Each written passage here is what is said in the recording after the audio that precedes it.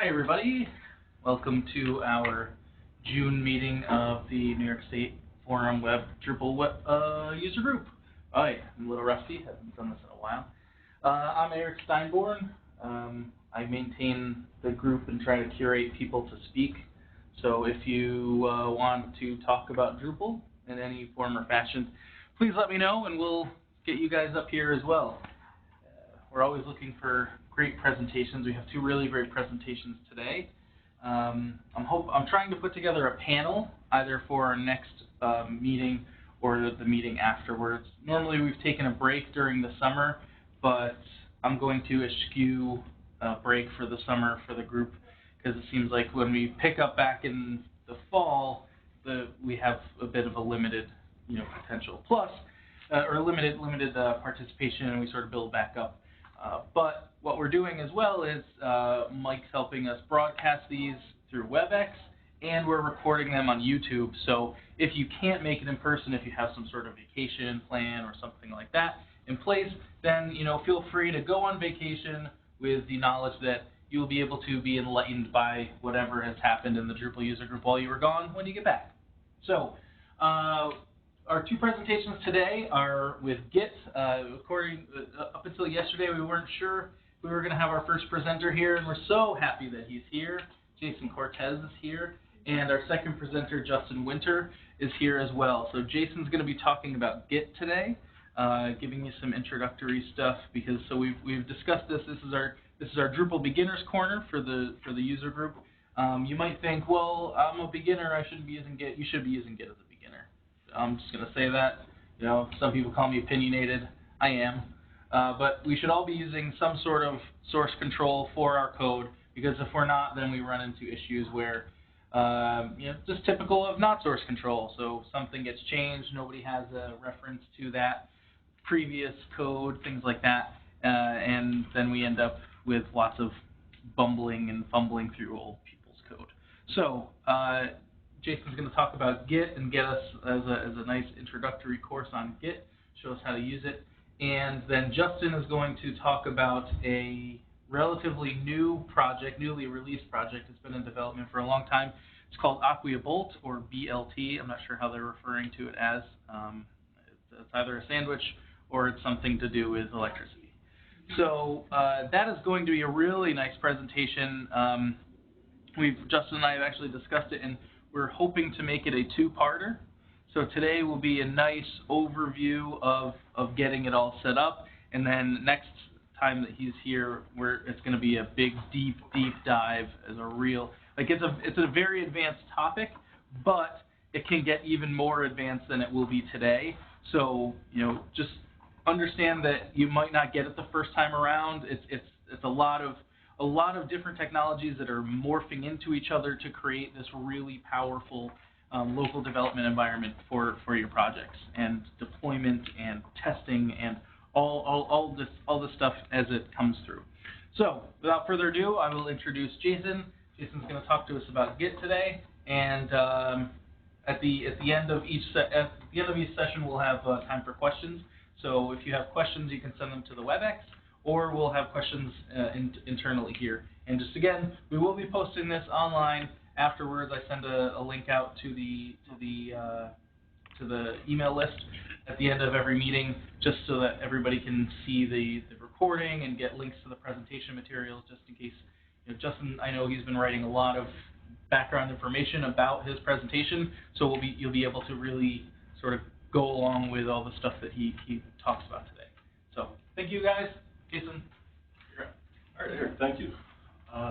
So I'm going to start off with this Git presentation by explaining that the link to this presentation is available right now on GitHub. So you see this link down here below. You can actually open that up on your phone, your browser, at your desk, and follow along as we go with this. So without further ado, we'll just dive right into it. So it's a presentation about getting started with Git, everything that you ever wanted to know about version control. So a little bit about myself. I'm a full stack developer. I've been working in the industry for about 15 years. I've presented at several conferences, WordCamps, ranging from accessible Ajax to NoSQL development. I'm currently working with the Web NY Drupal team, focusing on the development of platform support. So, what is Git? Git is the most widely used version control system available right now. It's actually kind of the standard, I would say. So, out of all the web shops that you might encounter, probably 90% of them are going to be running this, short of Microsoft shops. It's a very mature version control system, and it's been actively maintained since 2005. It was originally developed by Linux Torvald, who, of course, is the creator of the Linux operating system kernel. So, we're just going to dive right in. And bear with me as you follow along. I'll actually give you a demonstration of this after I go through the slides. So, with that said, getting started with Git is actually very simple. The links to download the software are just readily available online. I've provided them here on the slide for you, so you can click those and you'd be presented with the page to download the software. So the way that Git works is it starts by initializing a repository. That's your way of telling Git that you want to track and control something.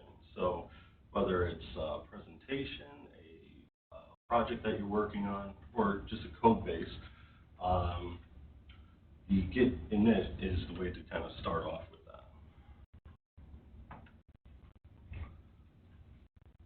that. So there's several ways to start. You can initialize your own Git repository, but if you have something that's pre-existing out there, you're able to actually clone that. So, for example, if you're working on a team and you guys are collaborating with GitHub, for example, you can just provide a path to the repository. That would be your GitHub address. And you can actually pull it down locally with the git clone command. So, a lot of people don't really grasp the workflow of how Git is actually operating.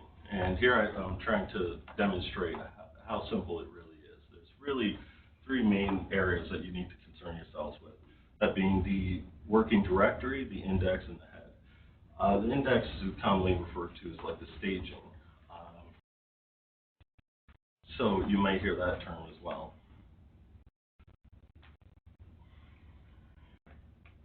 So your files that you're working on, they're all going to live in this working directory here. And by adding them to the stage, you're telling Git that you'd like to index them and keep track of what you have there. And by committing things to the head, you're actually telling Git that you'd like to save that and create a new iteration version for the commits that you've made. Now, the commands for using that are rather simple. So, for example, you can see two here. We've got the git add command and the git commit. So, by using the git add command, you're proposing those changes to the index of the stage. So you can see that here. All of your files that live in that working directory will then become part of the stage. That's the first step in the basic workflow. To actually commit things, you simply need to follow up with the git commit command and append just a commit message. So that's kind of how you tell Git what this is, and also other developers that might be working on the project with you, because later on you'll see where that comes into play. So pushing changes. Now that your changes are in the head, and you're working your local working copy, you can send those changes to the remote or local repository by using a git push command. Now, git push just accepts a few variables. In this case, it's going to be origin, master. Origin, in this case, is going to be the remote that you're speaking to, and master is referring to the branch. Changes to the master on whatever branch you want to push it to.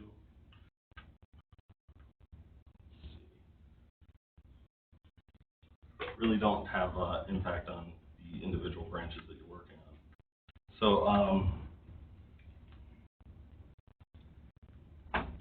By using the git remote add origin, you're able to add additional remote repositories. So for example, like your GitHub repository that you'd like to work on remotely, or it could very well be just a remote server in a different server environment that you might have. So that brings me into branching. Branching is really the core of the version control. This is where you test out what you happen to be editing or improving, typically referred to as a feature. They isolate your changes from the main code base and allow you to kind of independently work on things without impacting everyone else's progress. Once you're completed with all of your changes and confident that your code is in working order, you've eliminated any bugs, you're able to merge that right back into the main repository and not really impact anything else that's going on. So, for example, if you are working on a feature and a colleague that you might have are working on a feature, together you guys can merge your features without impacting the main code branch. So, getting started with branching, you really need to understand the checkout command for Git. In this case, you can see the first statement here, git checkout the feature X. It's actually telling Git to create a new branch for you, named feature X. Now, by using the checkout master, you can tell it which branch you want to work on. So, for example, if you want to go back and look at what you have on the master branch, you use that checkout command again to switch back over. Once the branch is created, of course, you can eliminate that B option for the command, as you won't have to recreate it twice. And finally, the last option for that command branch is the delete, which can remove that branch that you might be working on and eliminate it from your local. It does not impact the remote repositories that you might be working on. So, for example, if you have that branch stored on the GitHub, you won't delete it locally by using that command. You actually have to use a push to delete it remotely. So, update and merging. Sometimes you want to make sure that you're using the most recent code, so Git provides you some commands on doing that. In this case, the command to pull, the git pull command, allows you to pull down or fetch the remote branches that you might have out there.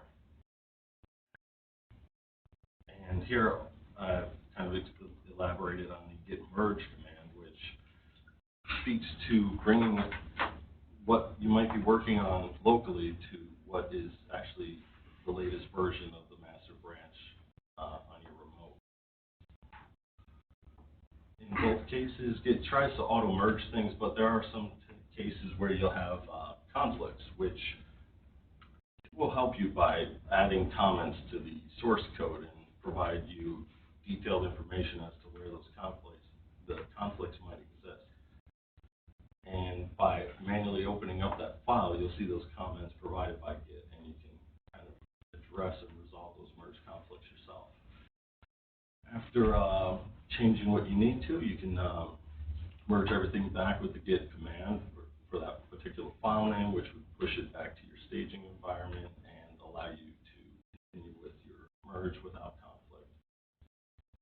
Let's see. Another useful command is the git diff, which will show you any differences between one branch and another. Another useful tool is the git logs. This is a good place for getting information. So, for example, if you wanted to see the commits provided by a particular developer, you can actually locate that in the logs here. Or if you wanted to kind of construct a quick tree-like structure command to demonstrate what's going on with the branches and give you kind of a visual interface with that, you can actually pass a command to your log, which will present that in a little ASCII format with colors. Another nice tool is the name status, which will show you only the files that have been changed. staging environment. Of course, with any of the Git commands, using this --help will provide you like a resource for learning a little bit more about those commands. So sometimes things go wrong, and here we can kind of look at how Git allows you to fix some of those things. Typically, as you'd imagine, the quick fix is just simply replacing some of those files that might be corrupt or creating issues for you. So by using the git checkout command and passing the argument of file name, you can actually replace the local file that you're working on. So maybe that happens to be index.html with what was last committed, so that you can kind of revert back those changes and not deal with whatever may have went wrong, and you're able to kind of take it again from the top. If you like to just kind of blow out everything and start from the top, you can use a git fetch origin, which will kind of pull down the latest copy of the code base for you. So, let's see. Next up, I was just going to show you a quick demonstration of kind of getting things set up here. So to elaborate, let me kind of quickly show you what's going on here.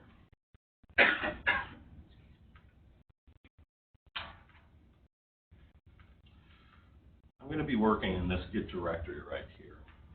So this is just on my desktop, and I've, through the command line, navigated to that address here. And what I'm going to do is actually start by telling Git that I want to keep track of this directory. So in this case, we're using the git initialize command, which we touched on earlier in the presentation, really the first or second slide. So by firing off that command, you can see what's happening here. We're telling Git that this directory is now going to become a repository, and you can see the address provided there. So from this point forward, and you can tell by seeing like this master, sorry, the screen is wrapped a little bit there, but that it's now tracking that as the master branch for your code base. So what I'm going to do quickly is just kind of throw some code into that directory so that we can get an idea of how all this works. So by running the command git status, we're going to ask Git if it's recognized anything that's changed. And you can see here that it's mentioning untracked files. So what that's saying is that Git has been watching this directory and recognized that we've added this index.html file to the directory. Now, again, everything is kind of command-centric, so we have to tell Git that we'd like to add that to our staging environment. So by using the git add command, you could do this by individual file or by just using the period option, which will just incorporate everything in that directory. You'll see that it's now recognized it and added it to the staging environment.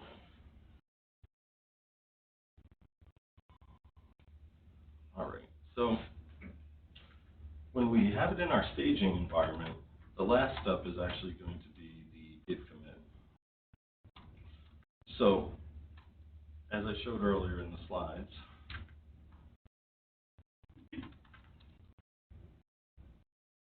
this process is very simple, only 3 steps. So by passing this command, it is going to recognize that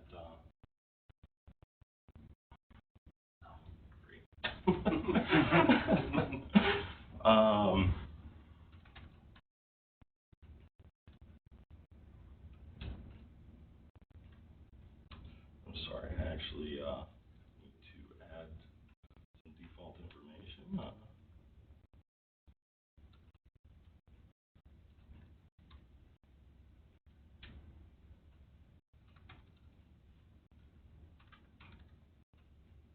That's embarrassing, but I took care of that last night.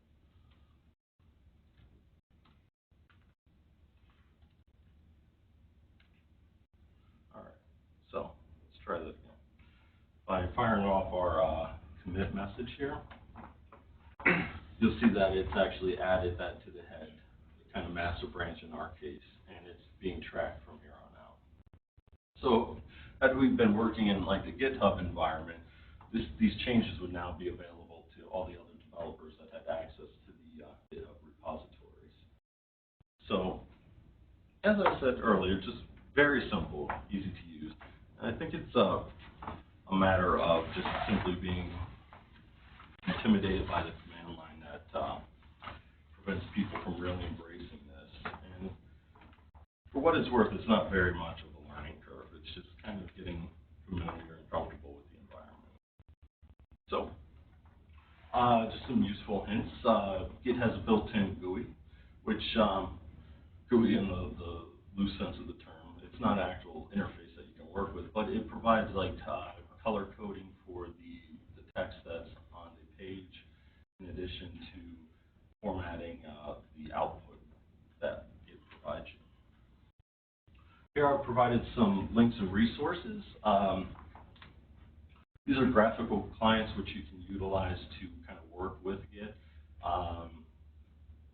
Git provides several, but you might find that other vendors, like for example, Tower, they're very good at kind of streamlining the process as well. Here I've provided a little bit of information on finding resources for whether it be training or books or guides that you'd like to use. Because of course we all learn differently, whichever is easiest for you. And we all have access to the lynda.com series of training. So if you go and Google or search for the Git Essentials course, you'll find an entire, I think it's like 5-hour course that goes into real finite detail. There's actually a community book that's maintained by a press, which is free to download. That link is here. The Git documentation is a great source for finding kind of quick information on the fly. And Git for Humans is actually, I'll do that one real quickly, a really good book that kind of takes the convolution out of it and puts it in real frank, easy to understand terms. So something you might want to look into. Okay. And now, do we want to do comments at the end or? I think for a presentation, it's good. All right. So. One thing that I wanted to see, can you show just an example of doing a Git clone? Because a lot of people are going to be cloning from a repository online. I would say yes, but I don't have the remote key set up for Drupal. Well, if you use HTTPS, it'll just prompt you for using your password. I'm also going to be doing it in my talk too, so see that one too. You don't know. Yeah, totally up to you. Either way, that's fine. All right. Well, for sake of just kind of conserving time, I know a few people want to get into the next presentation. I'll just take some general questions right now, if you have anything. Yeah, I mean, I've been using Git for a while, and I feel like I end up using, I don't know, 5 of the same commands again and again and again at most, maybe. Do you feel like, is it worthwhile digging in deeper? Because I know Git is much larger, has a much larger command set than just 5 different, pull, clone, branch, merge. Do you really need a lot of the other ones? Are there any other commands that you feel like are super useful? Obviously, git log you mentioned. I think the first step is kind of getting familiar. Once you've worked with a little bit, some of these commands that Justin's mentioning here are kind of key essential. But what will happen is you'll come to a point where you find this repetition in your workflow, and by kind of doving a little bit further into some of the additional commands that are available on the website, you can locate the documentation on using commands that might help to streamline some of those day-to-day routines. So I would definitely say make sure that you're comfortable with it first before kind of doving in further. But once you're there, there's definitely a plethora of other Git commands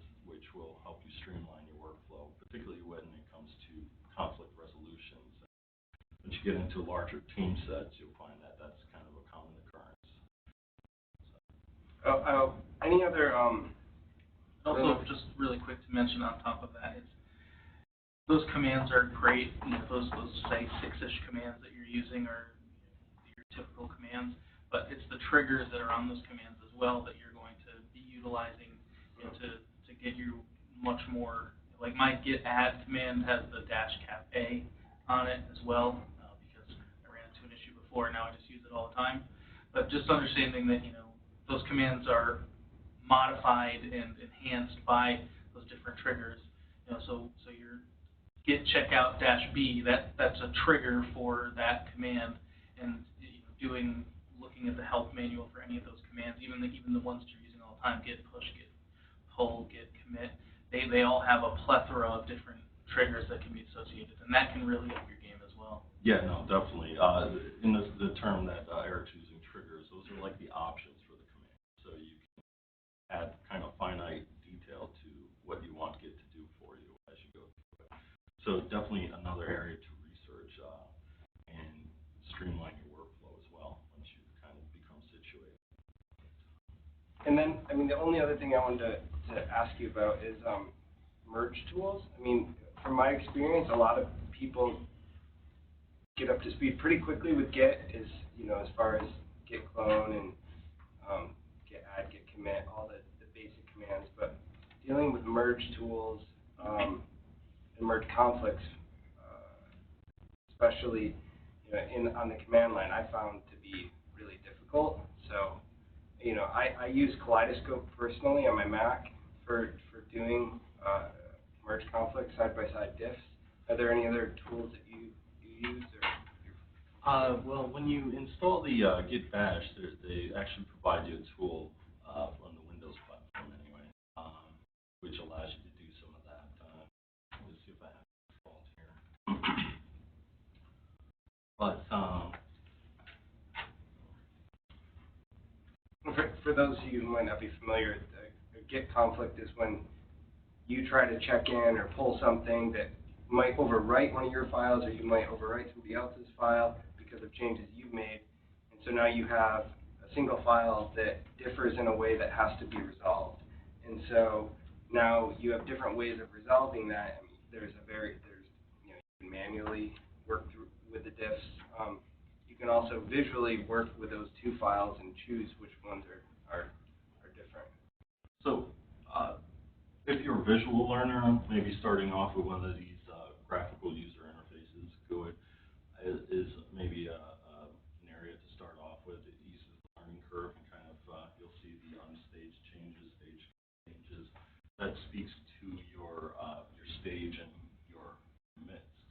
So if you'd like to see things, you're not going to really get that from the command line, but there's definitely tools available where you can get a front-end interface to kind of work with things and dissect them. So yes, if you have conflicts when you merge, this can definitely help sort some of that out for you.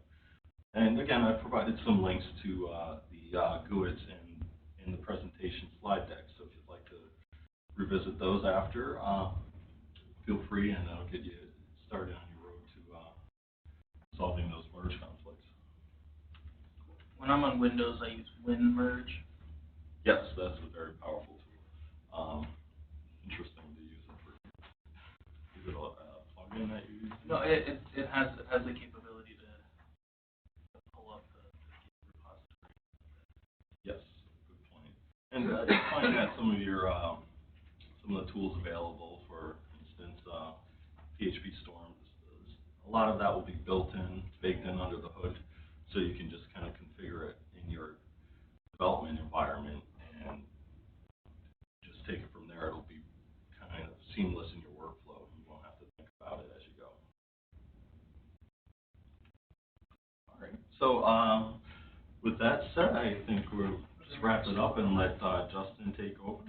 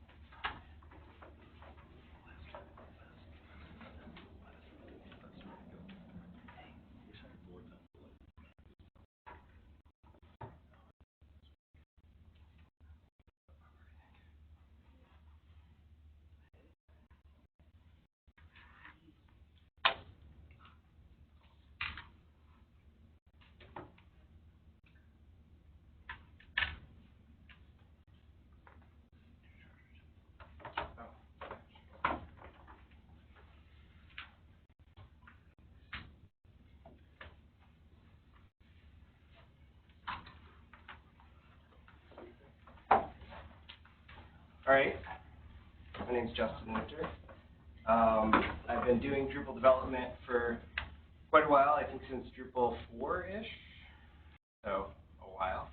And I've been doing web development since like 1996. Programming for a long time, and this talk is about Acquia Bolt. And I'm actually more excited about this project than I have been about pretty much anything the last few years. So this is pretty good. I have a blog post in progress. Right now, I'm dealing with some markdown issues. So if you want to follow along, I would go to the bit.ly link here, and I'm essentially just going to be going through this blog post. It's pretty much a set of instructions that I've been writing up for the last few weeks. So this talk is less of a lecture, it's more of a presentation, and I'm going to be moving through a ton of stuff pretty quickly, but hopefully this gives everyone a high-level overview of the technology itself. I put together screen grab videos, and let me just pull up the GitHub page here so you can kind of see where I'm going.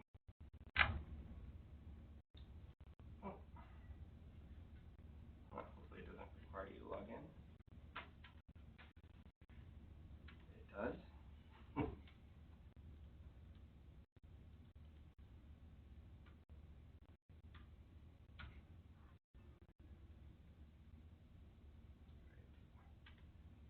So if you just go to github.com, justinlevi.github.io. So if you just go to my GitHub page, and you should be able to go to my repository, and then github.io.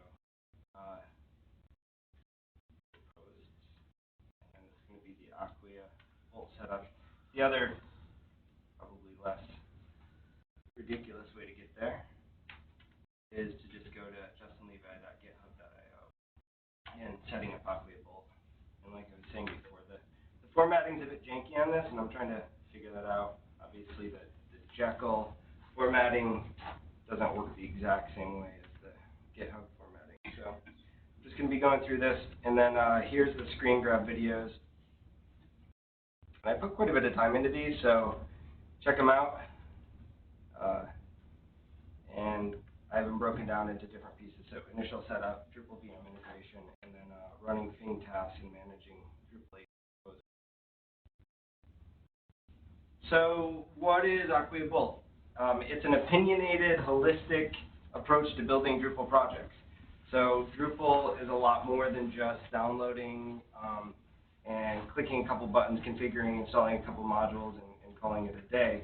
The ecosystem that we all operate in is really complex. It's really confusing. In April of this year, Acquia released the open source project called Bolt that was born out of Acquia's professional services team. And so the project's a collection of best practices, and it's from the folks who probably know Drupal as good as anyone. And this talk specifically going to cover the following: what Bolt is, how to get set up, Drupal VM integration, thing and running the included shell script tasks, and managing your Drupal 8 site with Composer, theming and front-end development. I probably won't be able to get too far into that. We'll see how far I can get into it. And then BHAT, PHP unit testing. I would love to get into deploying and continuous integration, but again, we'll see how far we can get in this one. So this is a ton of stuff, and things we're not going to cover. Features integration, because I'm not very good at features, and I don't like features, but I need to get better at it. Custom module with Drupal console and building unit testing into that custom module. And then automated testing using live content, and then visual regression testing. All really important topics that I might throw into a deep dive next time. So I have 3 videos on YouTube. I'm going to go ahead and I was up till midnight last night trying to get the front end setup video working, and I couldn't get it working, and so I scrapped it and felt like I was cramming for my final today, so decided to just move on. So because I like Agile, the problem statement in this case is, as a Drupal web designer and developer, we're faced with a ton of decisions as far as our work environment, our testing, our tools, best practices, and general strategies to get work done. This creates confusion and can affect productivity. So how this project helps, leveraging Bolt takes the guesswork out of trying to get many of these disparate technologies to all work in concert. Bolt can also help create a unified development platform for larger teams, which should improve productivity, and it has the potential to massively impact everything from the onboarding process for new developers all the way through continuous delivery of the actual product that you're developing. So this just means that teams can focus more on the unique business impact of the project versus spending a ton of time on the project architecture, which we've all spent a ton of time on. So how to get set up. There's a few READMEs that come with the Acquia Bolt project. So let's first go to the Acquia Bolt GitHub page here.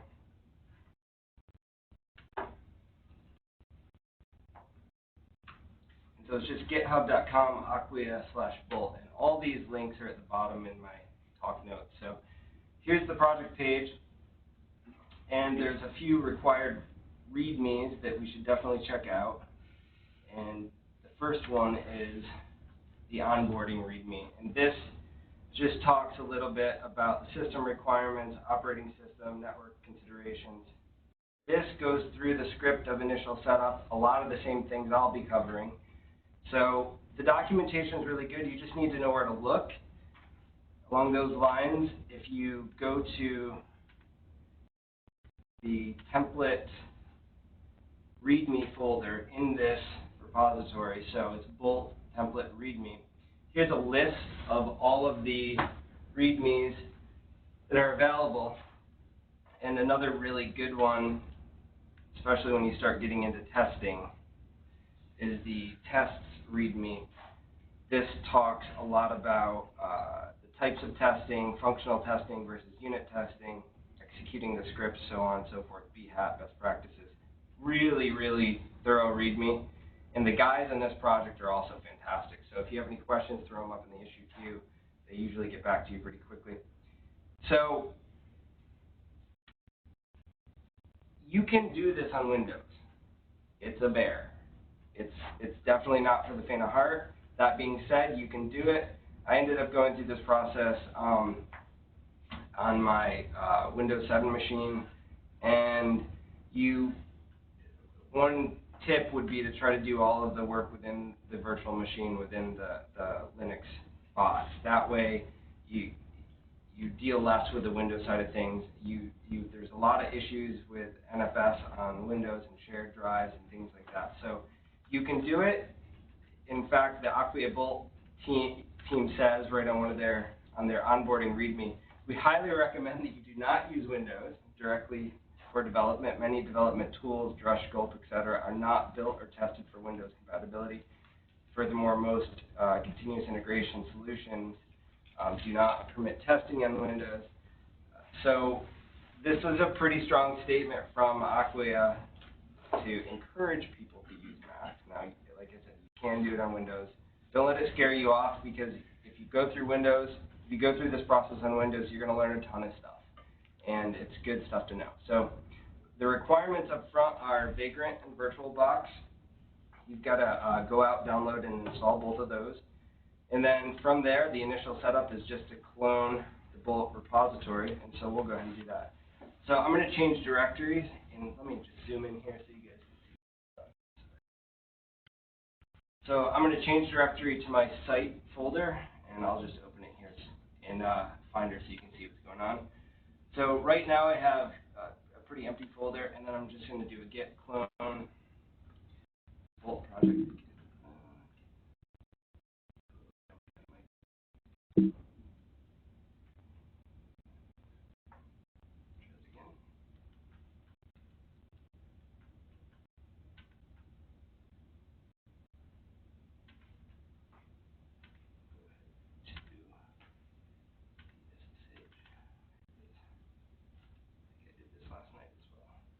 So, all right, so we're cloning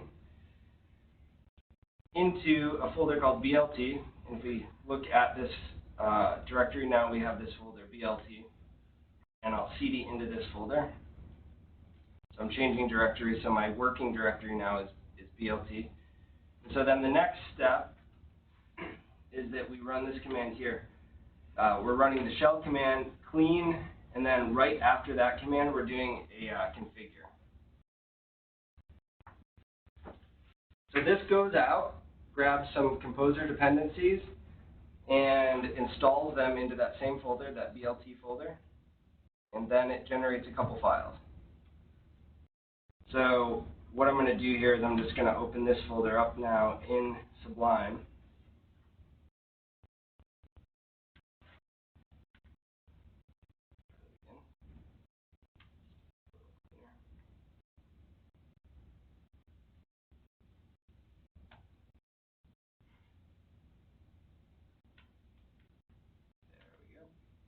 All right, so back to my notes here. This creates two files in the same folder, local settings.php and project.yaml. So we're going to open up project.yaml first and make some changes. There's some optional updates. You can update the vendor name, the machine name, the human name, the profile, etc. And then we'll update the host name as well. So let me go in here, project.yaml. So we're going to change the vendor name to NYS forum. And then a short description, you can leave that as is. We'll change the machine name to NYS forum. The prefix. This prefix will be used for Git commits later on. This enforces a certain style of Git commit. Don't really have to worry about that too much in the demo. So the human name, we'll just call this. What's that? Oh. Thank you. And then, Quick question, will the Evernote document be available after the meeting? yeah, absolutely. Okay. Absolutely. The Evernote document is essentially what the blog post is. So it's pretty much a one-to-one. I need to update the blog post to have better formatting. So here's a gotcha that threw me off for a while. This project comes with the Lightning installation profile out of the gate. If you don't want to use the Lightning profile, you have to change it here. So I'm going to change it to standard. And then this is the big gotcha. You have to change contrib to false. And the only way you can find that is digging through the issue. So if you change that to false, themes will leave as is. Local, we'll change the host name to .vm. And then the GitHub repo. And what's going to happen with this remote here is you actually define where you want your project to be committed by default in the continuous build process. So here you can define where you want it to be pushed to after it goes out through that continuous build process. So what I have a repository set up on my GitHub account. Just grab the URL for that. And so it's just bolt. And so I'm going to add another item here, and then drush, instead of local, we're going to change this to VM. Actually, no, that's incorrect. I'm going to leave that as is.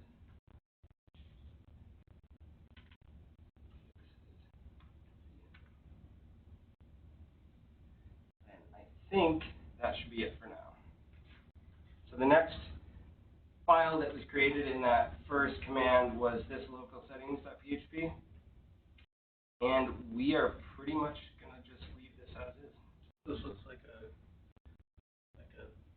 copy-ish of the Drupal settings.php. This is essentially a copy of the basic Drupal settings. One thing to note with this project is that there's all these templates. So if we look at the folder structure here, it's a template of what your final Drupal project will look like. And so it takes all these configuration settings and it just copies those template files into a new location and then changes out all the default files and settings with the configuration options that you set. So from here, let me just go back to my notes here. So we updated those. At this point, we just run the following command. create. So if all goes well, let me just make sure I'm in the right directory. Create. And we're done. So let's go ahead back to our sites folder. And we now have a new folder, NYS forum. And so that NYS forum has our entire Drupal site, folder structure, everything ready to go.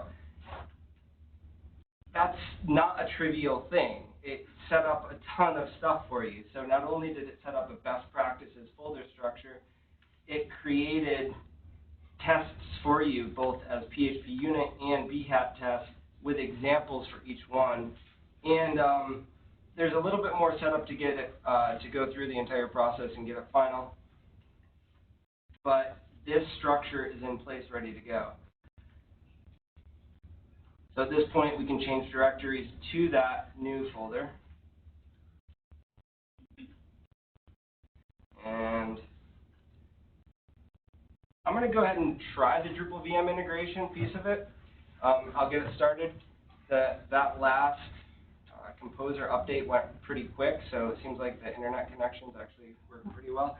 This might take a minute or two. If it starts lagging, I'll pull open a video and we can watch it. Otherwise, we'll try to make it happen.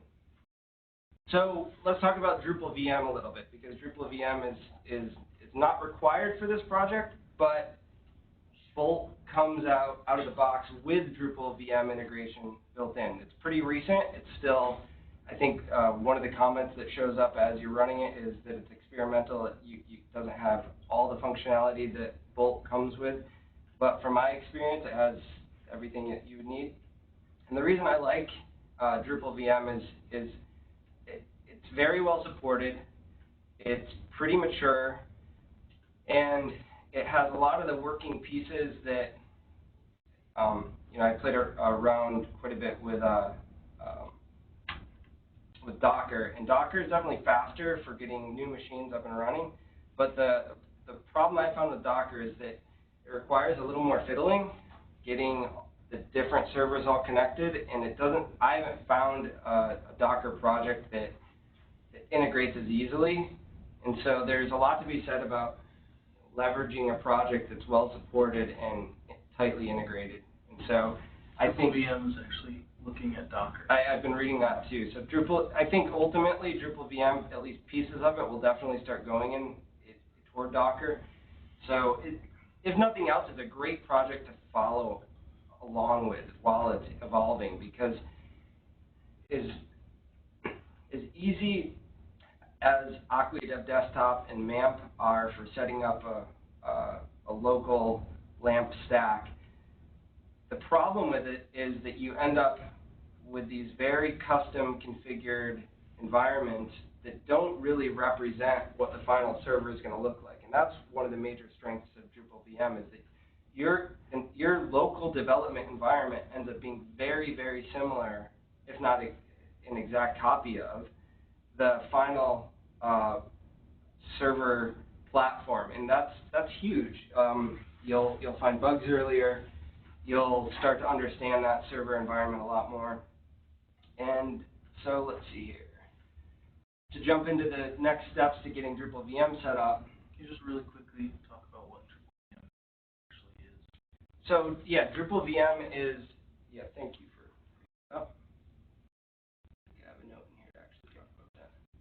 So all it means, a virtual machine just means that you have one operating system running inside of another operating system. So your host computer, in this case mine being Mac OS, has another operating system running within a piece of software called virtual machine, and that's the Linux operating system, Ubuntu 14.04, 16.04 in this case, and that runs inside of the virtual machine. Now I don't know if it's the correct term is the scripting language. I'm not sure what Vagrant actually is, other than the facilitating language that actually drives virtual machines. So we're using a combination of Vagrant and virtual machine in order to get Drupal VM up and running.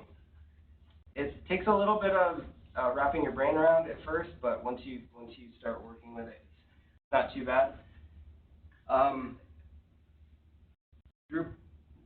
Again, I always go back to the documentation. What we're going to do here is we're going to go into this new this new folder, and we're going to run the command vm init.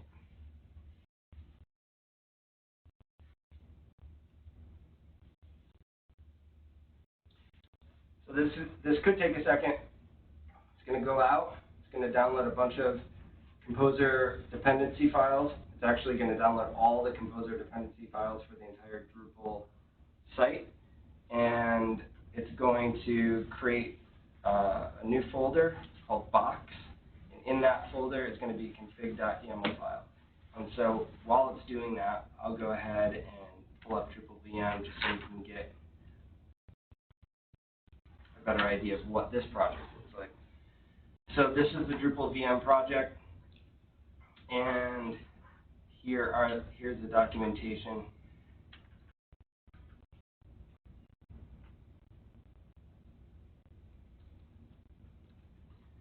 So the documentation is fantastic. I mean, for most public repositories, you don't ever get documentation this good.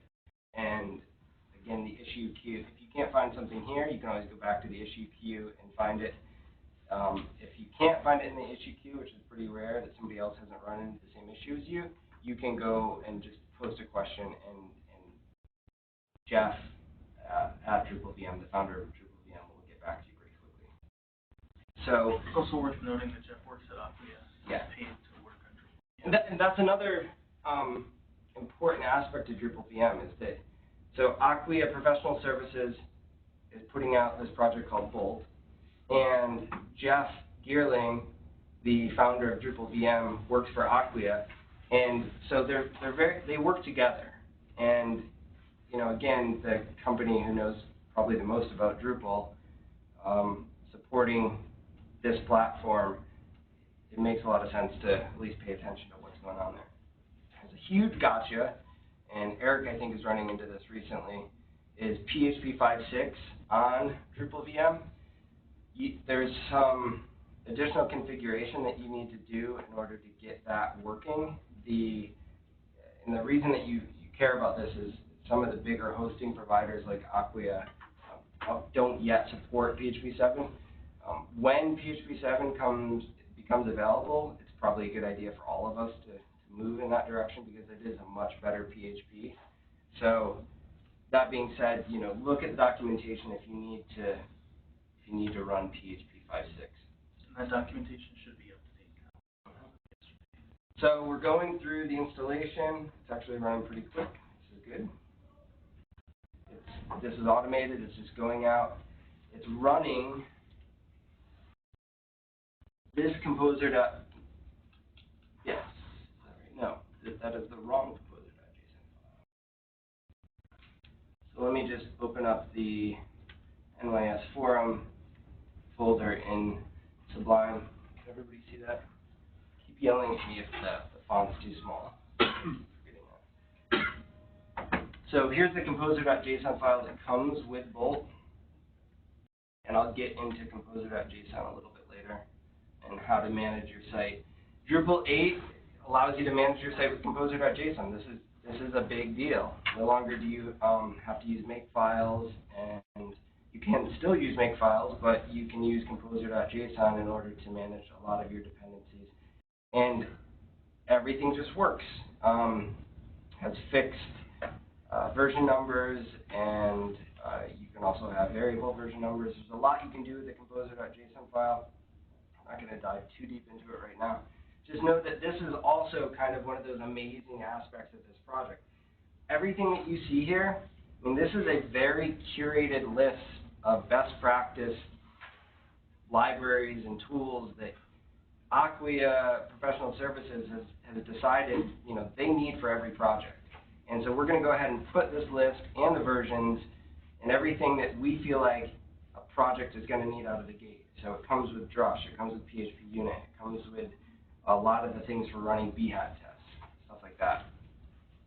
And we're done. Wow, I'm kind of amazed that I was able to go through this process live. So, all right.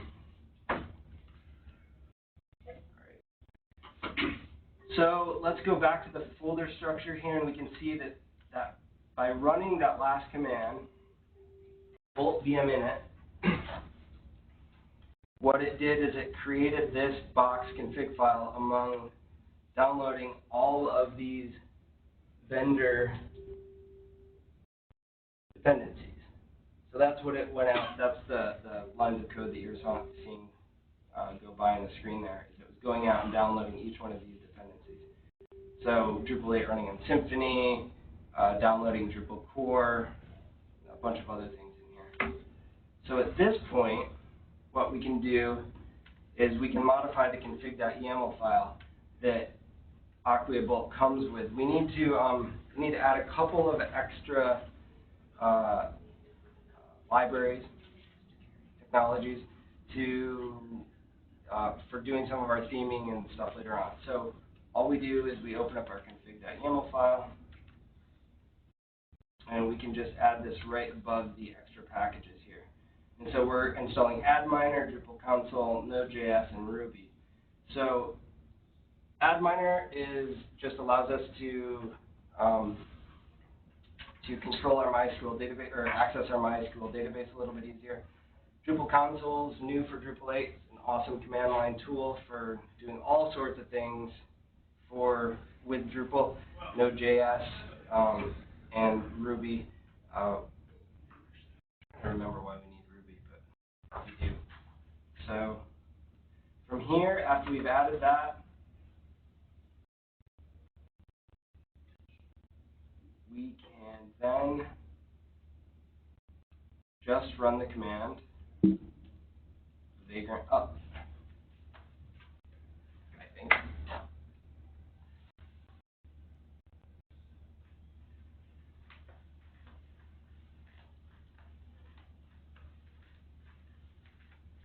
And so this is the joys of doing live demos.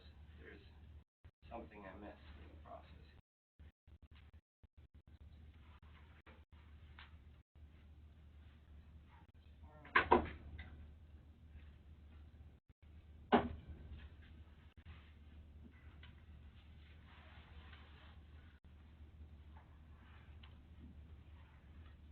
I should have shown you this before anyways. So this is what VirtualBox looks like. Pretty simple piece of software, and it just shows you the virtual machines that you have installed on the site, or in the software on your computer. See if I can figure this error out really quick. If I can't, I'm just going to abandon this one and jump back to my.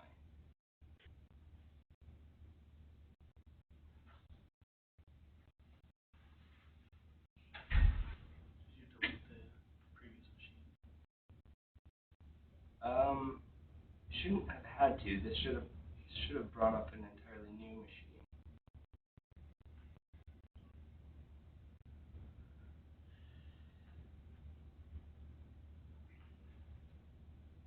There's a .vagrant folder in there. I had to delete the contents of my .vagrant folder yesterday because I cloned a repo that had already used a vagrant folder. And if there was a machine for it.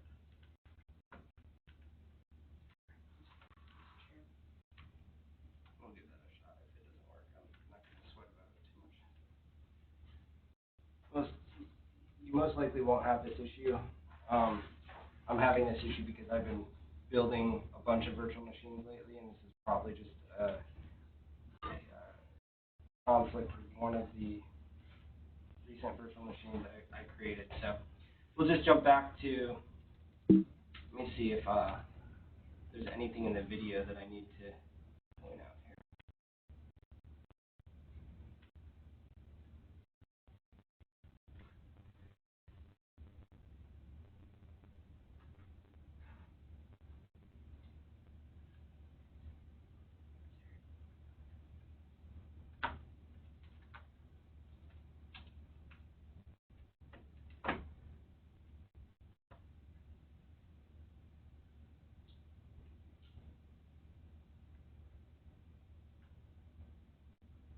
I mean, this is essentially what it looks like when you run the command. If you guys can watch this, it just vagrant up runs, it goes out, it grabs a bunch of dependencies for the virtual machine, runs through this process,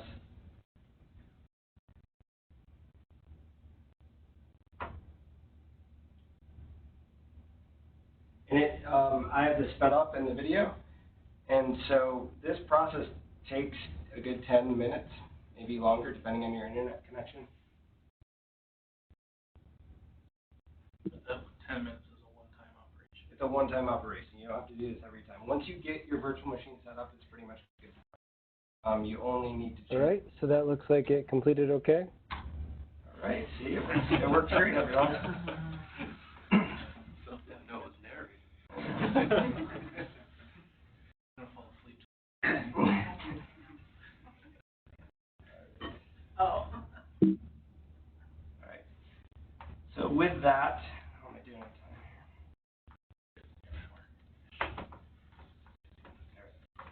So what I'm going to do is, instead of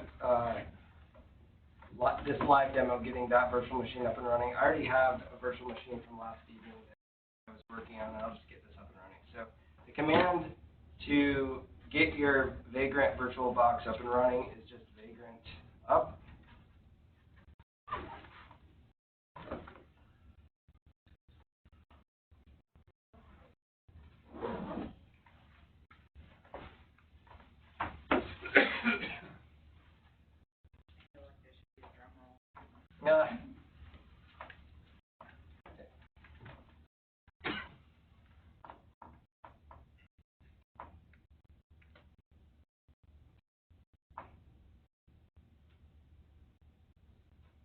Wah, wah, wah.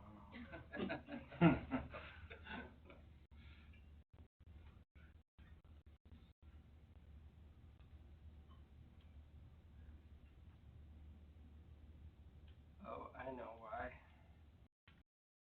It's freaking out. Trying to do some cleanup before this talk, and the rule of giving a talk is never mess with anything before you give a talk, but you always mess with something right before. So I have to go into my collection of great projects folder, and I need to move that back, I think. So let's try that.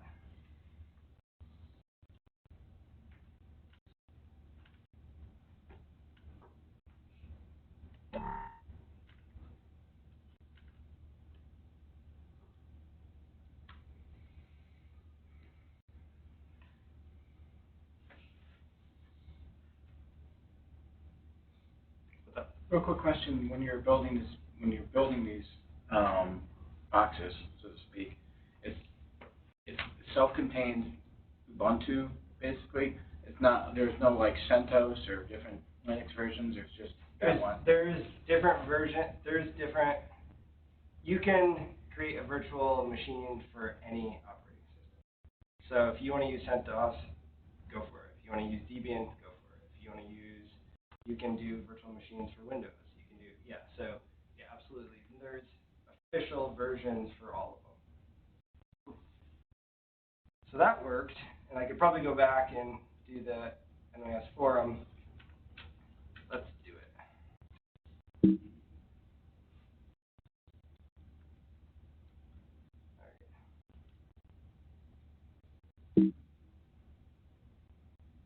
I'm going to get crazy here, and I'm going to try to get two virtual machines running at the same time. Nope.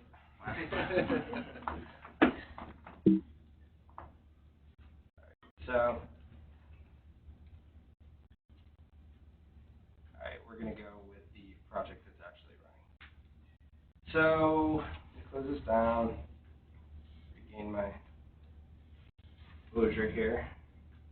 Alright, so back to my notes. So to create your virtual machine, you just use Vagrant up. After you make that small configuration change, it's just Vagrant up. Now to connect to your virtual machine, you just use the command Vagrant SSH. So I'm now within the Bolt folder. I can tell that the Bolt VM is running here. And I should just be able to do a Vagrant SSH. And at this point, I'm going to be connecting directly to the virtual machine via the terminal, and I can do cd var www bolt. And that's a problem because what we're seeing here is that the folder, this folder has not synchronized correctly with the folder on my local file system. So if I go to my sites folder here,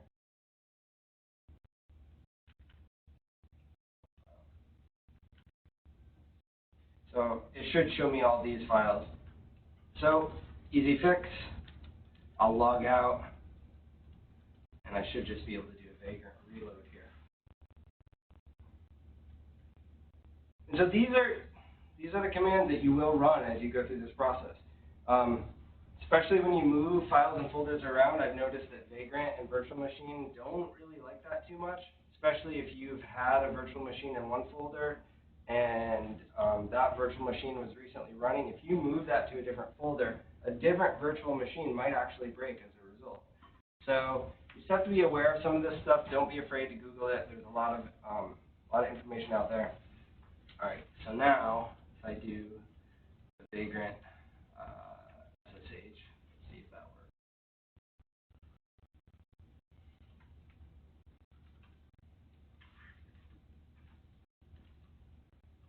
All right, we're good.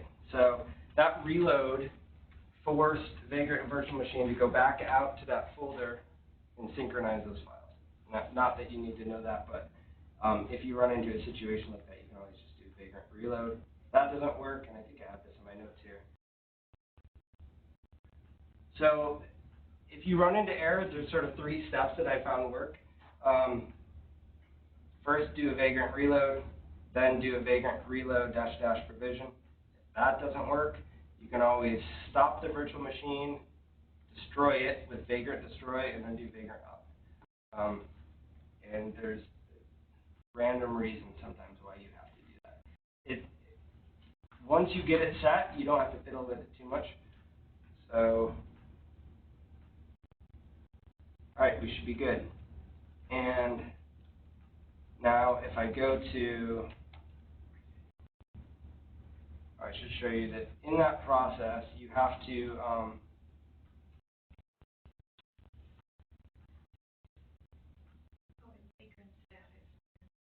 yeah, Vagrant status definitely helps.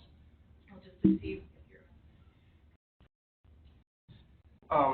One of the things you have to mess with when you're dealing with Vagrant virtual machines is your host file. So if you want to access your virtual machine that gets set at a specific IP address, the Vagrant virtual machine by default comes as 192.168.88.88. You want domains to access that virtual machine, you have to add that to your host file. I've gone ahead and added Bolt VM and subdomains for all of the other applications I've installed. So at this point, I can load up 192.168, and this is what Drupal VM comes with out of the gate. It just gives you this really nice dashboard. It lets you know what's installed, your MySQL information, your extras, PHP versions, and so forth. And then at this point, I can also just go to Bolt VM,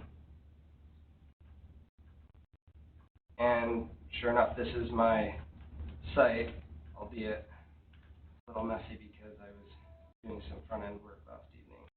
Not right now, so I'm just going to change the settings on here.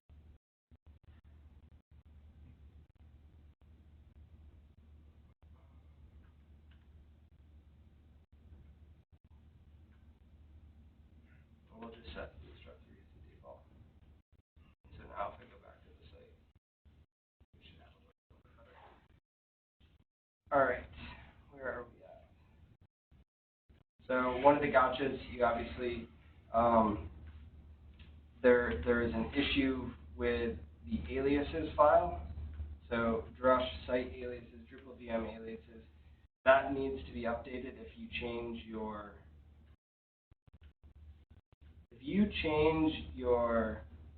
vendor name and your machine name and your host name here. You need to open up your drush folder, site aliases, and then your Drupal VM aliases. So these aliases get created by default. You need to update those in order for everything to work. So it's specifically that right there. So if you change the name, you will need to update that. That's one big gotcha.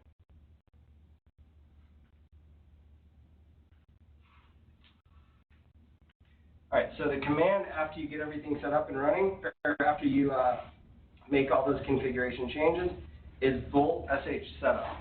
And I'm going to show you a video of that because it's pretty cool what it does.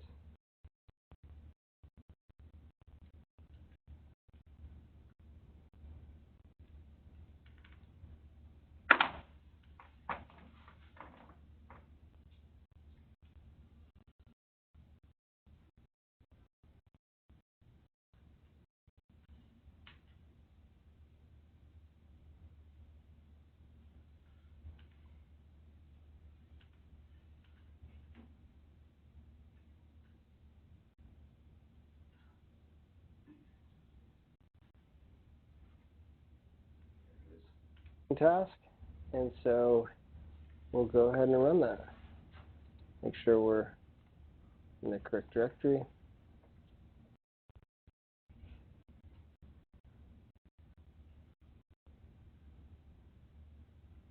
It's really quick for the most part. And what you'll see here is if everything works correctly. I actually had one of the gotchas here. I left the alias as .local instead of VM.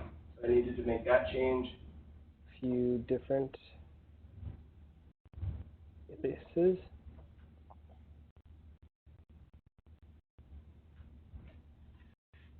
We'll go ahead and try that again.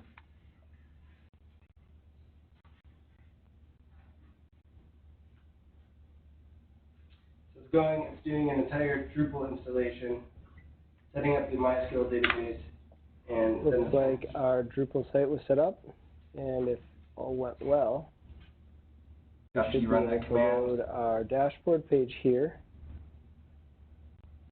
Fortunately, it looks like our host name is not correct here, so this may not work for us. And then your site just loads right after that. So things you could all do before with Drush. Login? Sure enough. But this is a very different structure of things. And at this point, what we would want to do is we'd want to commit all our changes back to our repository. And so let's go ahead and do that. Feel free to stop me at any point too if anybody has any questions. So, and within my Bolt folder, I've not committed this back to my GitHub repo.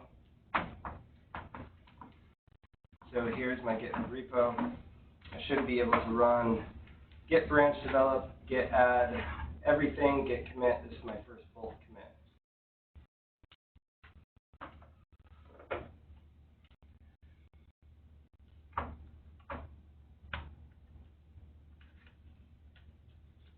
And then the next command is to do what Jason did earlier, which is I need to edit my global configuration because a new Git repository requires you to do that.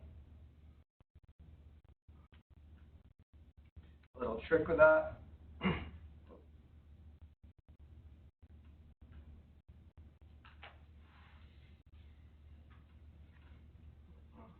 see.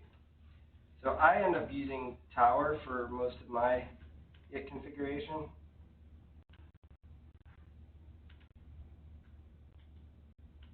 Just going to delete that. And Tower makes it pretty easy.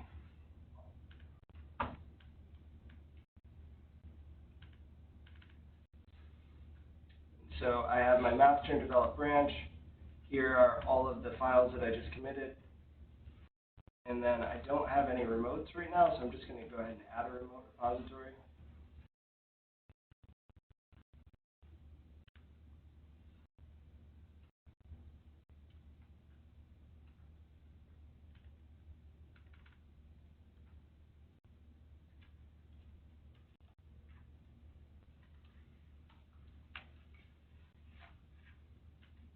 I'm going to use a private key on this one.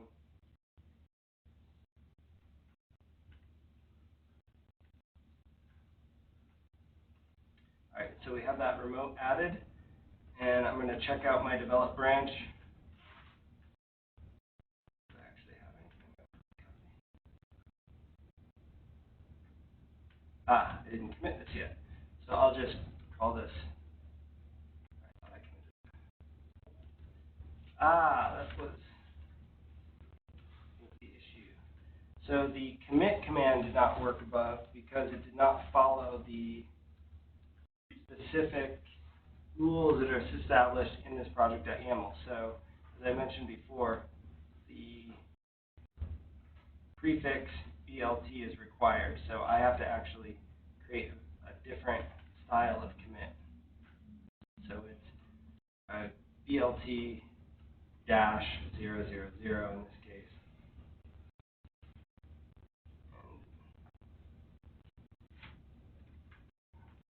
And this is my first commit. And that might not be enough letters. So we'll just throw a couple more in there. So this is a great project for learning all the standardization of development. Absolutely. It's pretty much, there's so many things to learn from it. And everything from best practices on Git, everything from testing, everything from folder structures and how a Drupal site should be set up. And it really does enforce those best practices. So it is pretty awesome as far as that's concerned. So what I need to do here is, and you guys might actually be able to help me out on the best way to do this, because I probably always do this wrong. I accidentally committed all my changes to master locally, so what I end up doing here is just merging master back into develop, and it's probably totally the wrong way to do it. But you do what works sometimes. And so now it's merged back in. Now I can push this up to GitHub, and what we'll see here in a second. So nothing up on GitHub yet.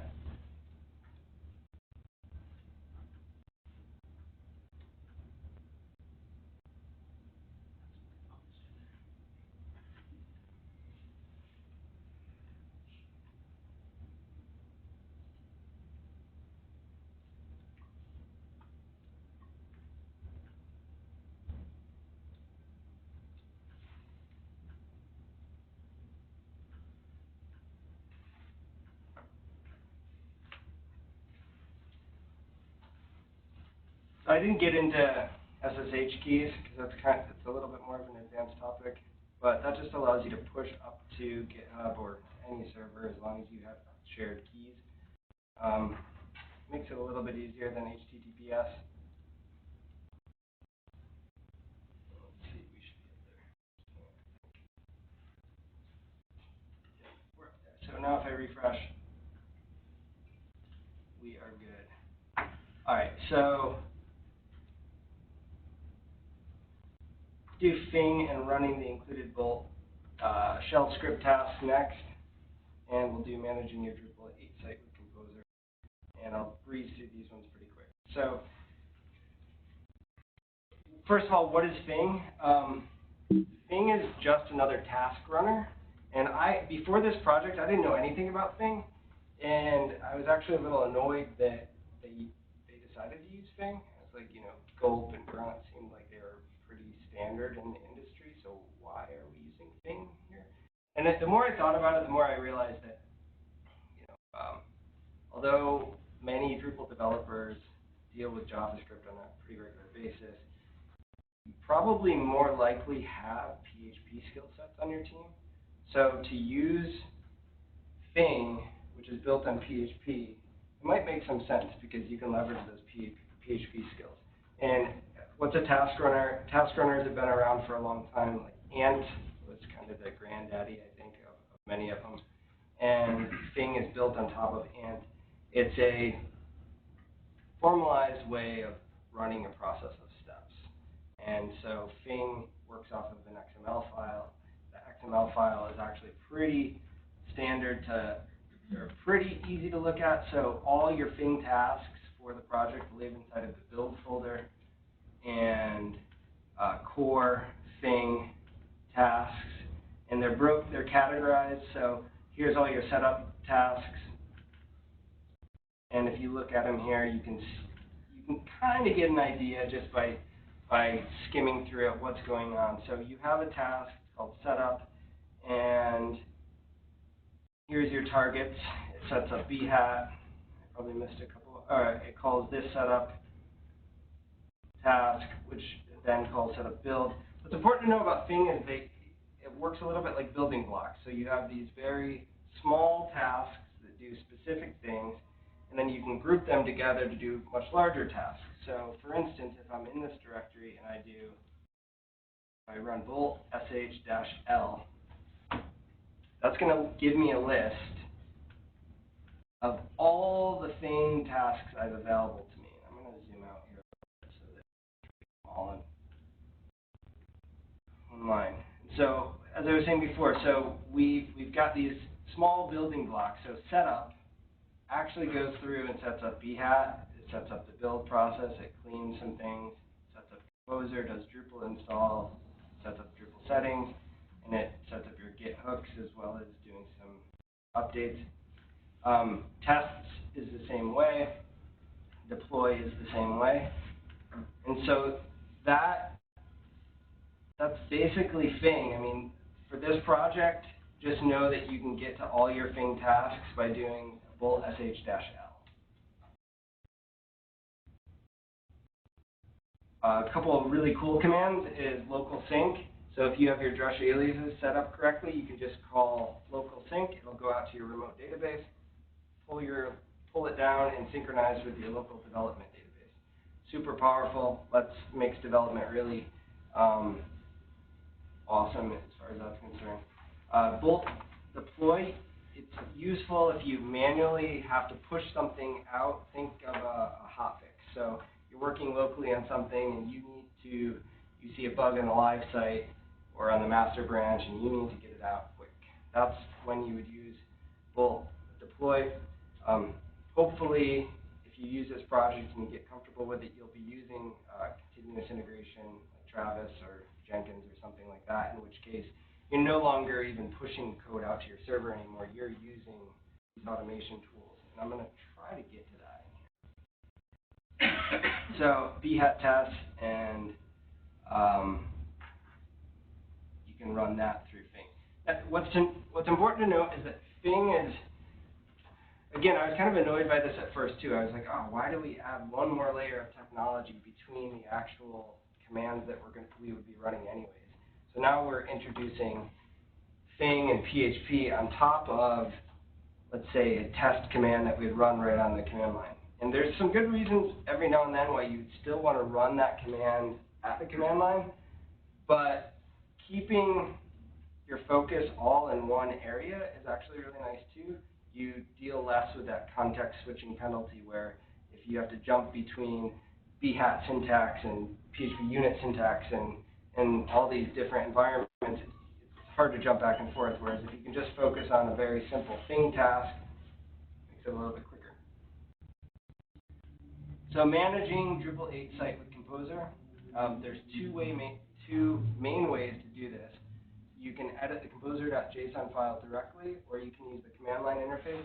I prefer the command line, but I was going to do both, but I'll just show you how it works from the command line, and then I'll just quickly show you what it looks like. So the project comes with a composer.json file at the root folder. So in that composer.json file, you have two main sections that you're going to concern yourself with: the require and the require dev. Require is what would ultimately get pushed out to your end server. Require dev is what you need for your local development. So if you need your local development and your CI server, so if you're going to be running tests and things like that in an automated way. if you want to include a module, let's say I want to include the admin toolbar, the way that I would do that is I would just add another line here. I do Drupal admin toolbar, and then I can specify my version number, and I believe I have that version number here, so just 8.1.15, and the way you can find that is going to Drupal packages, I can never remember well, and just do a search for admin toolbar, and if we find it here, it actually gives you the command that you can run from the command line, composer require Drupal admin toolbar. It also tells you the version numbers, the latest version number. This user interface is pretty awful as far as it doesn't actually build the command exactly as you need it, but you get the information on this page. One important thing to note about the composer.json repository is that this URL to packages is going to change soon. So Drupal has an official composer URL that they're building. It's not ready yet. There's a pull request on the Acquia Bolt project right now, but it's not ready yet. So that'll change soon. It shouldn't affect things too much. The only thing it will affect is that all these requirements, they will no longer need the 8 to specify which Drupal version each dependency is for. The composer will be smart enough to know what module to get based on what version of Drupal you're running. So you can actually use Composer for Drupal 7. Most people don't know that. It's kind of a pain in the butt to do, though. So and a lot of people don't do it. But but Bolt VLC is just for Drupal 8. Yes, but I'm using a version of Bolt on the Drupal 7 site that I've sort of customized, and I'll probably push a branch up before too long. It's not, again, so many of the things like the bhat test, PHP unit test, a lot of the thing tasks won't work, but a lot of the best practices as far as the Drupal VM, the folder structure, a lot of those things you can apply to any Drupal project, of Drupal 7 or Drupal 8. It's very fragile to use Drupal 7, but you can do it. All right, so that's adding the dependency right to the composer file directly. Let's try to, let me show you what it looks like to use the command line.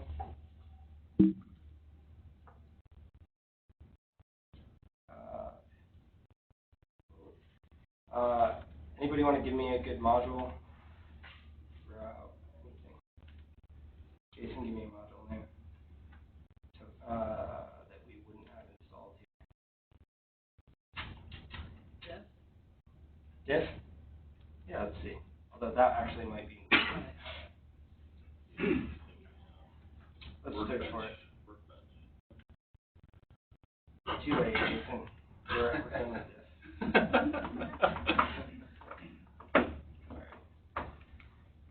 So, all right, composer require Drupal diff, and then 8.1.0 alpha 2. So let's see here. So we're in the Bolt directory. Actually need to not save this one. And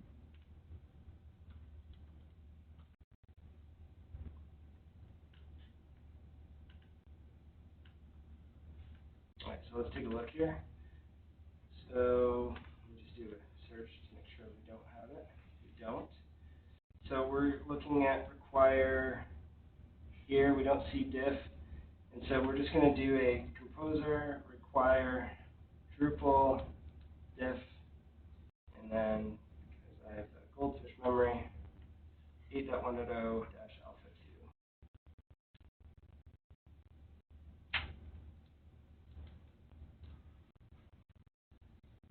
So this command is going to update our composer.json file add the version number, and then it will go out and actually download that dependency and put it where it needs to go based on what we have set in our install paths. So we're saying that anything that's of type Drupal module should go into the doc root modules contrib and then the module folder. So another nicety of using Composer is that you can specify some of these things and put different dependencies in different places.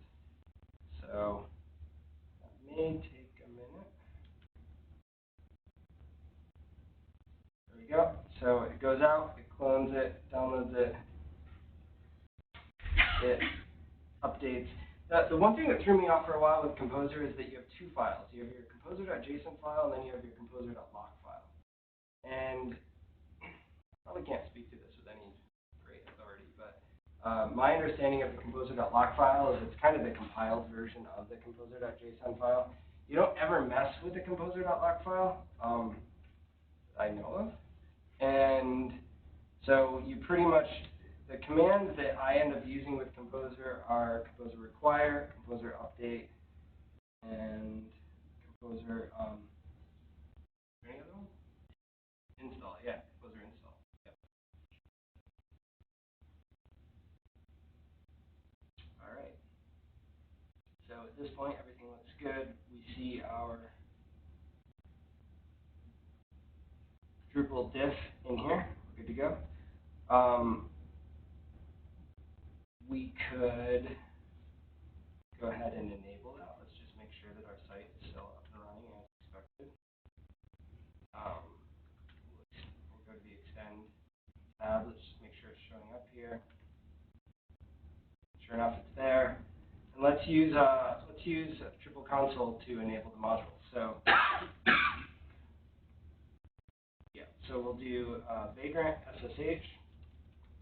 So we'll go into the virtual machine. We're connecting to it with an SSH session into the virtual machine. We're going to change directories to var bolt. And then we're going to do, I think we actually need to run this within doc root. So we'll do cd doc root. And then Drupal module enable.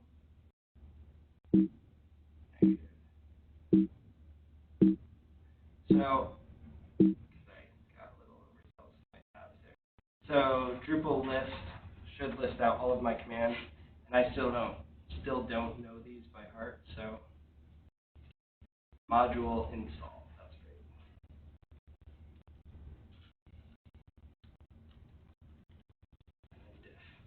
So Drupal module : install diff.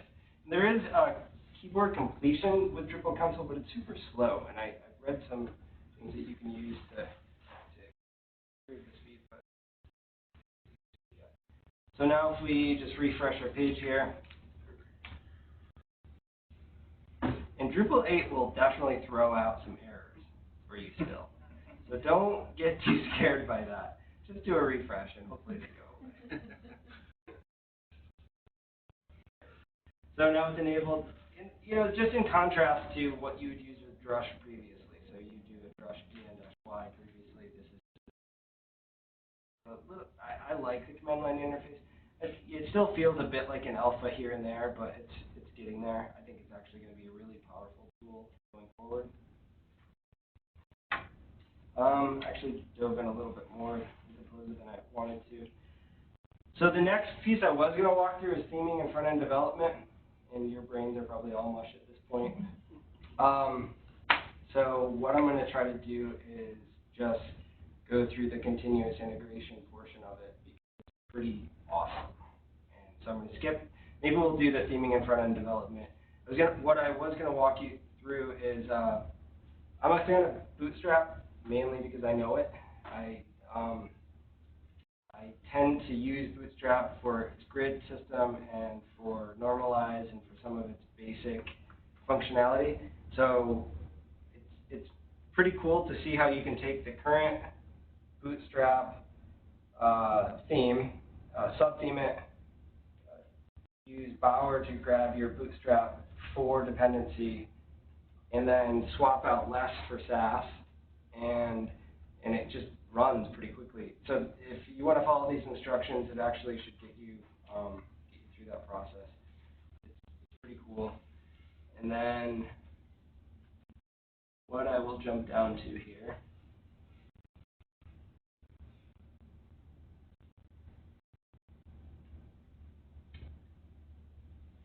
We should be up and running to actually run BHAT tests, but that's, I think, a little bit deeper. I might save that till next time.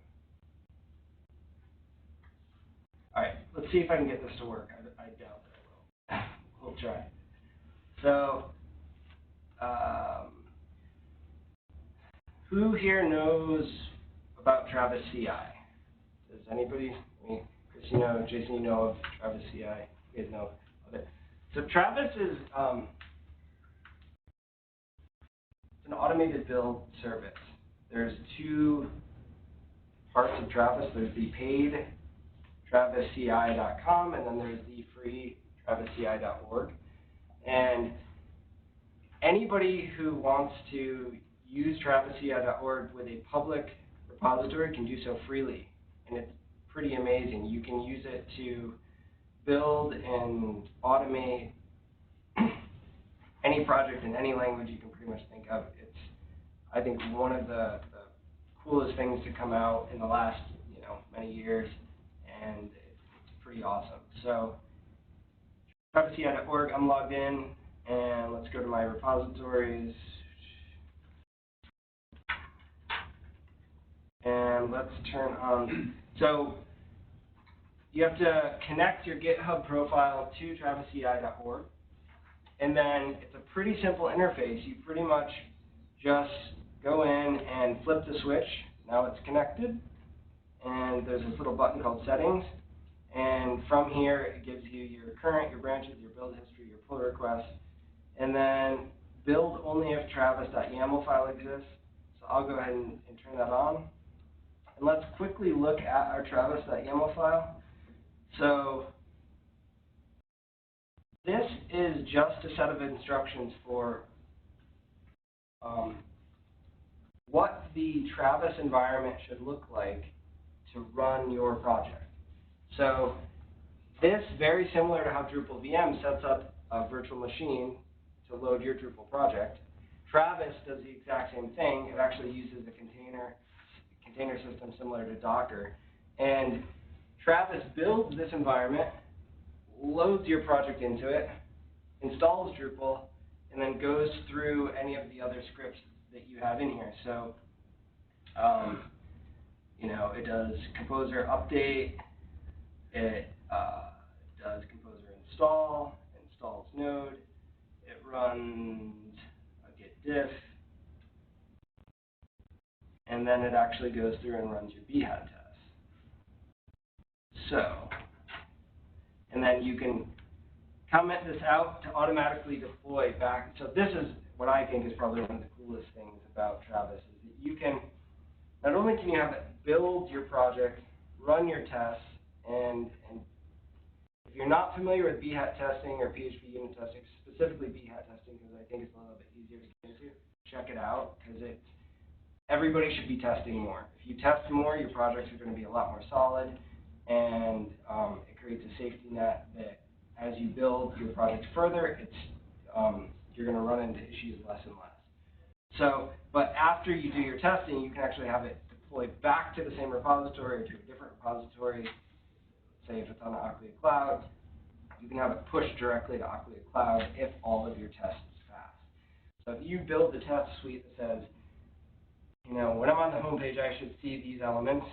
When an administrator logs into your site, or not an administrator, when an editor logs into your site, they should be able to click through to these pages and perform these functions. All those tests pass, then just automatically push it out.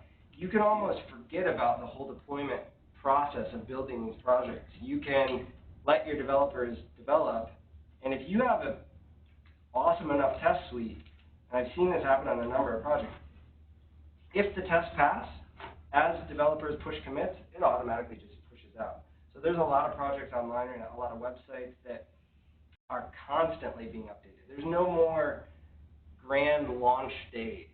It's always a launch day. There could be 15 commits that get pushed out on any given day. That's an amazing thing. All right, so at this point, I believe if all goes well here. Let me just make a small minor change to the project. I don't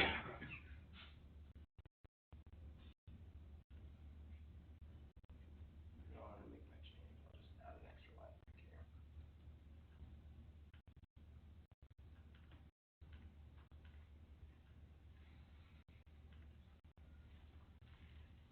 All right. That commit message got me again.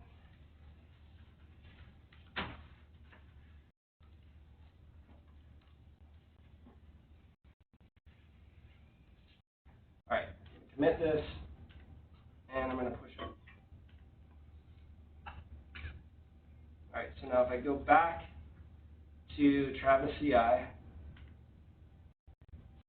automatically shows me that it's building. So just by connecting Travis CI to my GitHub repository, it knows that, hey, that push got thrown up on your GitHub account. I'm going to go ahead and grab that code, and then here's where this is really cool. Hang tight, the log can't be shown, it's building.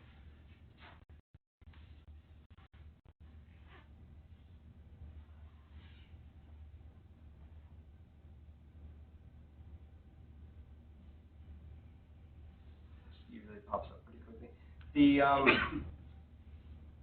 From my experience, these builds, if you were to build it locally on your Mac, it takes anywhere from, I think, 7 to 10 minutes-ish. On Travis, their servers are so dialed that it's 2 minutes about. On Windows, unfortunately, it's like 15 or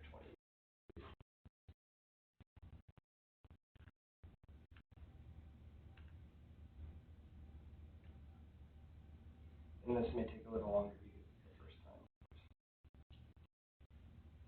Is Travis CI allowed by New York State agencies because it's an external website? You know? I know that there's some agencies that have Travis CI accounts. I know WebNY has a Travis CI account, one, I believe. It might be more than that, but it's, I think that there's, to answer the question, I'm not sure. Like, it seems like they should if they don't.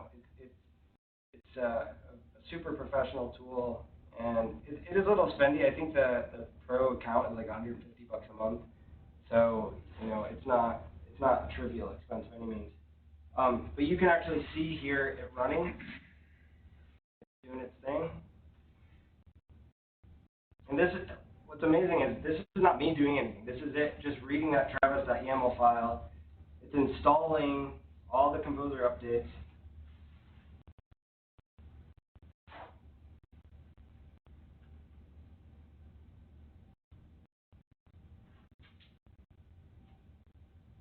Downloading Drupal core, applying the patches. Oh, it fell, downloading Drupal diff, so it's going out and finding it again.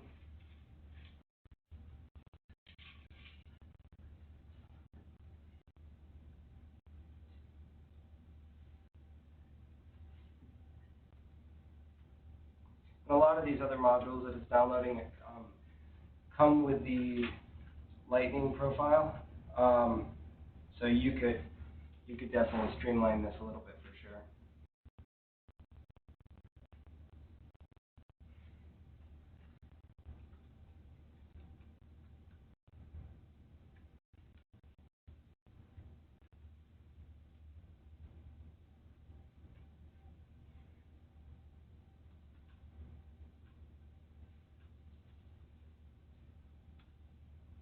All right, so this should hopefully go through. It'll run the BHAT test. I'll show you that in a second, and it'll hopefully give me the build successful. In which case, at that point, you could then push it out to your server. I covered a ton. Any questions? Anything?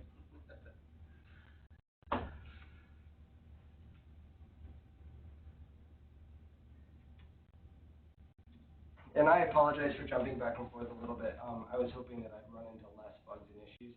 Part of me feels like it's good to show that because that's the reality of this process is you just have to be a little bit flexible and know that you're going to run into issues here and there. And knowing how to solve them and just the mindset and where to look is really important. The downside of that is it can be a little bit scary if you haven't experienced it first. Don't be too timid with this stuff. There's a ton of resources out there. The Acquia Bolt guys are really helpful. The Drupal VM guys are really helpful. Feel free to ask questions about this. I'd love to hear your feedback if you go through the process and start working with Bolt. Let me know what you think. Just to throw it out there too, the WebNY distribution that everyone's working on, or that's being worked on rather, is built on top of this Bolt framework. So it's starting to get some pretty high profile attention, and I definitely see it gaining more attention as time goes on. So.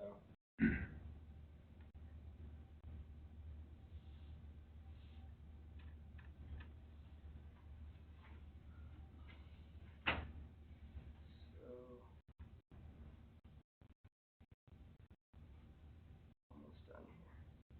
Justin, I have a quick question. Sure. I think I know a little bit of background of how you came to this, but I was just curious about your experience using this versus Dev Desktop and what kind of brought you.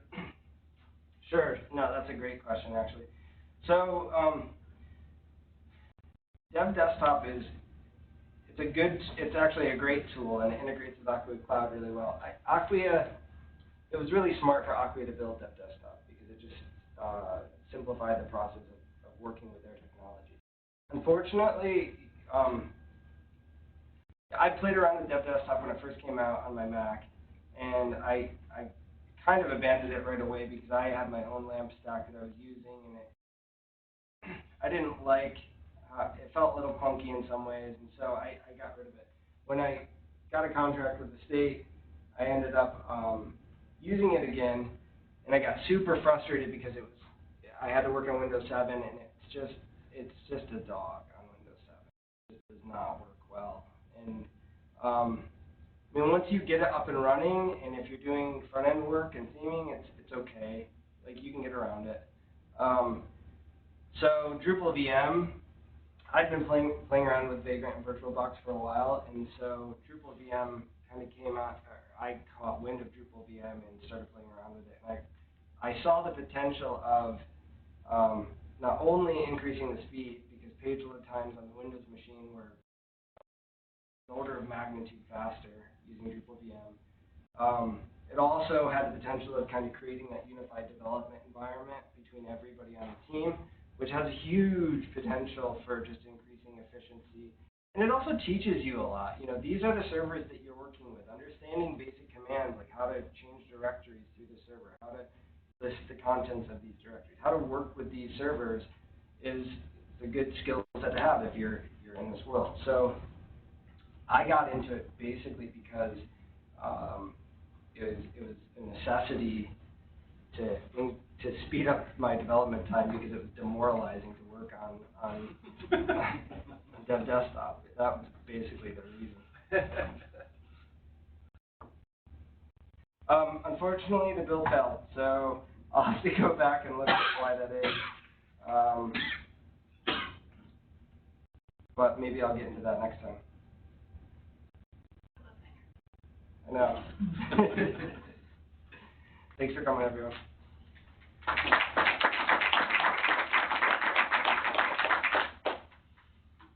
Justin, sorry, I just have something that Tim Cromie from WebNY wanted me to mention. Night camp. If you could just move up. I was really trying to.